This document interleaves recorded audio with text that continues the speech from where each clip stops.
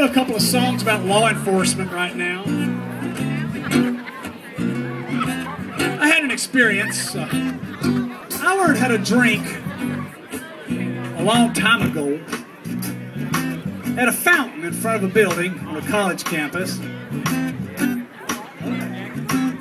It was Gallo White Port, and the year was 1973. I wasn't really old enough to drive or drink then. That set me off on a pretty creative path for recreation. Well, about 12 years later, I was coming back from a Rolling Stones concert in Dallas, and I was driving through Bossier Parish. Now, this is one of those concerts where the sign said, "Acid, $2. Really. But I had the turkey leg instead. Anyway, I looked over at my friend Dan, the harmonica player I was working with, as I was driving down the road, and I said, "Dan, I think I'm going to jail tonight." And he said, "Really? How do you know that?" And I said, "Look in the rearview mirror, buddy." So I did what the man said. I slowed the car down, pulled to the side of the road. He got out first, and he said, "Sir, can you please get out of your car?" And I complied, sort of. Then he said, "Have you been drinking as well?" You know, a little. Isn't that always the line? Just a little, maybe? He said, "Well, can you walk this line?" And I said, "Oh, I can't do that without falling over and breaking my nose." "Well, can you touch the tip of your nose with your finger?" I said, "Not without stabbing myself in the eye and going blind." Then he said, "Boy!" A little word of advice. When a Louisiana state trooper and you're having a conversation and he goes from calling you sir to boy, the dynamics of that relationship have just changed quite a bit. He said, "Do you even know what year it is?" I said, "Well, no." "Do you know who the president is?" I said, "Yeah, Gerald Ford." And he goes, "Well, I was off by 2 presidents." And then he told me it was Ronald Reagan, and I said, "You got to be kidding. You mean that idiot that was in that movie Bedtime for Bonzo with a monkey?" Being a Republican police officer, he was not very amused. So, you know, the handcuffs came out. And after that, I had some counseling. My priest, my parents, my therapist, and my first sergeant all suggested I should probably not drink so much. So I quit. The amazing thing about this really was when I look back on it and realized that policeman wasn't giving me a drunk test, he was giving me a neurological exam. Like he thought maybe I was a stroke patient behind the wheel. Man, it was pretty scary stuff, I gotta tell you. But I did quit drinking. I did, actually. Last time I had a drink was with some guys in the Royal Air Force. Oh my God. My head hurts when I think about it. But I still managed to get in trouble. A lot.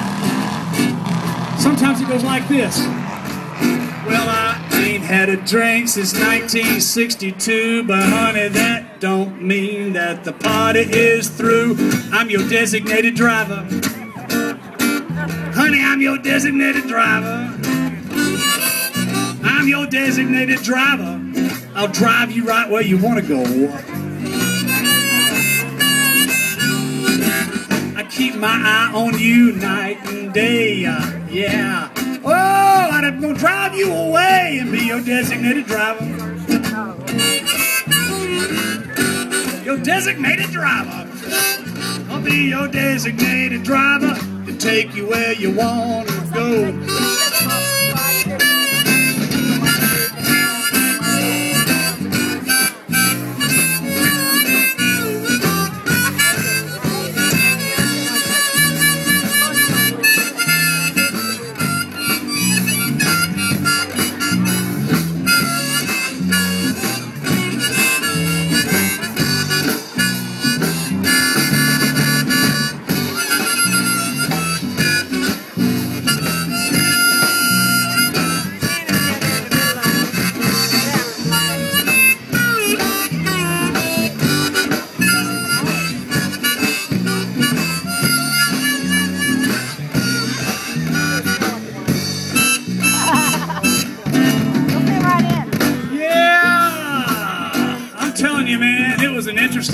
experience.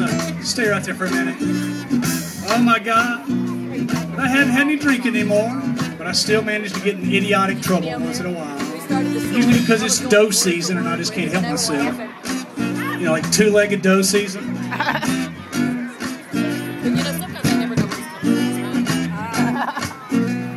the other night when he started into the sexy grandpa thing, he started out and he said, yeah, and then my wife came over and she buzzed me and sexy grandpa.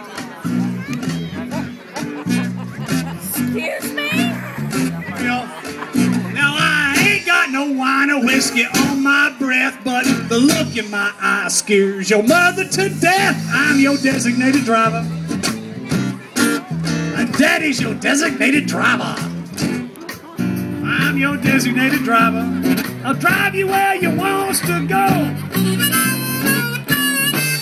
I'll be your designated driver. I'll be your designated driver. Woo! Hey, how tall you gotta be to get on this ride anyway? I'll be your designated driver and take you where you want to go.